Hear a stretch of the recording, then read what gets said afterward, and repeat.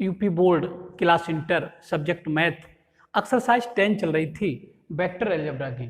इस एक्सरसाइज के मैं 18 क्वेश्चन आप लोगों को करवा चुका हूं और ये क्वेश्चन नंबर 19 और इसी क्वेश्चन के साथ ये एक्सरसाइज समाप्त हो रही है। ठीक, तो क्वेश्चन नंबर 19 में क्या कहा है मैं पढ़ रहा हूं। यदि दो सदिशों ए और बी के बीच का कोण थीटा हो, तो दो सदिश दे रखे हैं इन्होंने, एक कोई सदिश ए दे रखा है और एक कोई सदिश बी दे रखा है।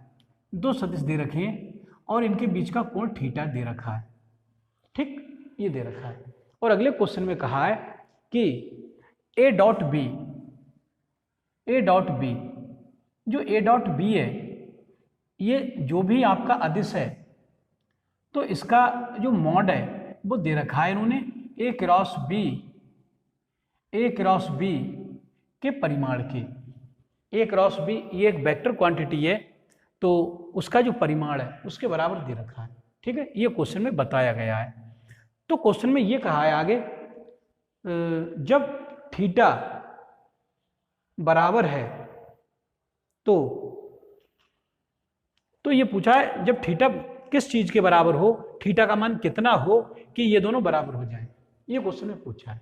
ठीक, तो मैं यहां से ए डॉट बी जो होता है वो होता है सदिश ए का परिमाण और सदिश बी का परिमाण और कॉस थीटा ये होता है। तो इसकी जो भी धनात्मक वैल्यू है वो बराबर है। इसकी बात करें तो ये भी होता है सदिश ए सदिश बी और साइन थीटा एन कैप। तो इसका भी हमें परिमाण देखना है कितना होगा। ठीक है, तो यहां से बात करें तो ये तो मिलेगा, ये तो पॉजिटिव क्वांटिटी होंगी दोनों, ये तो ये मॉड इस पे चढ़ा रहा हूं, मॉड कॉस थीटा। ठीक है, और यहाँ से ये भी सब स्केलर हैं और इसका जब मैं परिमाण निकालूंगा एन कैप का परिमाण तो ये तो बाहर आ जाएंगे ये भी, और मॉड साइन थीटा। ठीक है, और यहाँ से एन कैप वो बन हो जाएगा। यूनिट वेक्टर का परिमाण एक होता है। ठीक, तो ये यूनिट वेक्टर का परिमाण है यहाँ से। तो यहाँ से जो वैल्यू आ रही निकल के वो आप देख पा रहे हो, ये तो कैंसिल हो जाएंगे।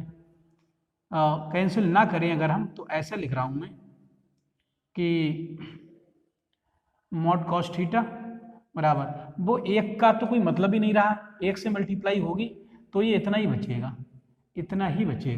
ठीक है, तो यहाँ से ये तो दोनों हटा दे रहा हूँ, ये और ये दोनों साइड में, तो ये तो हट जाएंगे दोनों तरफ से, केवल ये रह जाएगा मॉड में कॉस थीटा बराबर मॉड साइन थीटा। तो इधर आकर ये मॉड टेन थीटा मिलेगा। फिर आपको मॉड टेन थीटा बराबर इस साइड में एक, ये अपॉन में नीचे ले आए ना तो ये बन हो जाएगा बराबर, इस साइड में कुछ नहीं बचेगा तो वही एक मान के चलो, यही वाला एक ऐसी चाहे लिखा रहने दो, यही एक बचेगा, ये तो दोनों हट जाएंगे। ठीक, तो यहाँ से टेन थीटा का मान हम प्लस के एक ले ले रहे हैं। ठीक है, तो टेन थीटा का मान जब एक होगा तो ये वैल्यू जो होगी 10 पाई/4 होगी, 10 पाई/4। तो थीटा का मान जो मिलेगा वो पाई/4 मिलेगा।